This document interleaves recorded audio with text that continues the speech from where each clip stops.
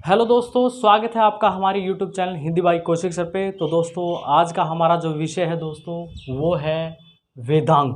वेदांग क्या होते हैं, किसे कहा जाता है, और वेद को एक पुरुष माना जाए तो कौन कौन सा वेदांग जो है किस अंग को परिभाषित करेगा। तो आज का हमारा ये विषय है। ये जो टॉपिक है दोस्तों संस्कृत के प्रत्येक कम्पिटिटिव एग्जाम में पूछा जाने वाला टॉपिक है। प्रत्येक कम्पिटिटिव एग्जाम में यहाँ से क्वेश्चन ज़रूर आता है। तो देखिए स्टार्ट करते हैं वेदांग के बारे में। दोस्तों वेदांग अर्थात वेदों के अंग, अगर बात की जाए तो 6 वेदों के अंग माने जाते हैं दोस्तों, जिसमें सबसे पहला रहता है हमारा छंद, उसके बाद कल्प, उसके बाद ज्योतिष, और ज्योतिष के बाद निरुक्त, और फिर शिक्षा, और लास्ट में व्याकरण। ठीक है दोस्तों, अब बात करते हैं कि अगर हम वेद को, अगर हम जो वेद है उसको एक पुरुष मान लें, क्या मान लें, वेद को अगर हम एक पुरुष मान लें तो ये जो वेदांग हैं वो किस किस अंग को परिभाषित करेंगे। तो दोस्तों सबसे पहले मैं आपको बता देना चाहता हूँ, अगर वेद को हम क्या मान लें, पुरुष मान लें, तो हमारा जो व्याकरण होता है, जो हमारा व्याकरण होता है 6 नंबर का, वो मुख को इंगित करता है। किसको इंगित करता है? मुख को। अर्थात व्याकरण जो है वो मुख कहा जाता है वेदों का। ये क्वेश्चन इस प्रकार से आता है कि वेदों का मुख किसे कहा जाता है? व्याकरण को। या फिर वो कह सकता है व्याकरण वेदों का कौन सा अंग माना जाता है? मुख माना जाता है भाई। ठीक है, उसके बाद अगर हम बात करें आगे तो हमारे पास पैर होते हैं वेदों के, और पैर कौन कहलाते हैं? छंद। कौन कहलाते हैं भाई? छंद।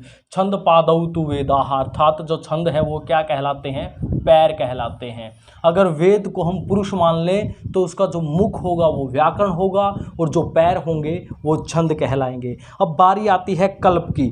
कल्प किसको कहा जाता है वेदांग में? हाथों को। किसको कहा जाता है? हाथ को।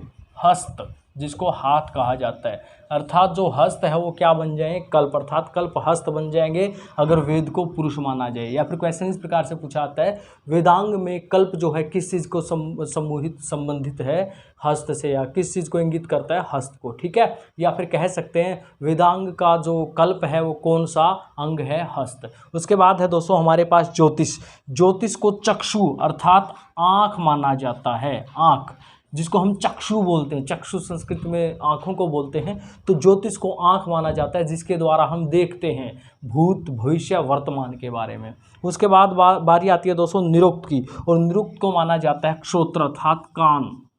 कान, श्रोत्र अर्थात कान माना जाता है। तो निरुक्त को वेदांग, कौन सा वेदांग माना जाता है? कौन सा अंग माना जाता है? कान। वेदों का कौन सा अंग माना जाता है निरुक्त को? कान। अब उसके बाद दोस्तों हमारे पास नंबर 5 में आ गया शिक्षा, और ये क्वेश्चन कई बार आ चुका है, शिक्षा के बारे में कई बार पूछता है। शिक्षा को क्या माना जाता है? घ्राण। शिक्षा को क्या माना जाता है दोस्तों?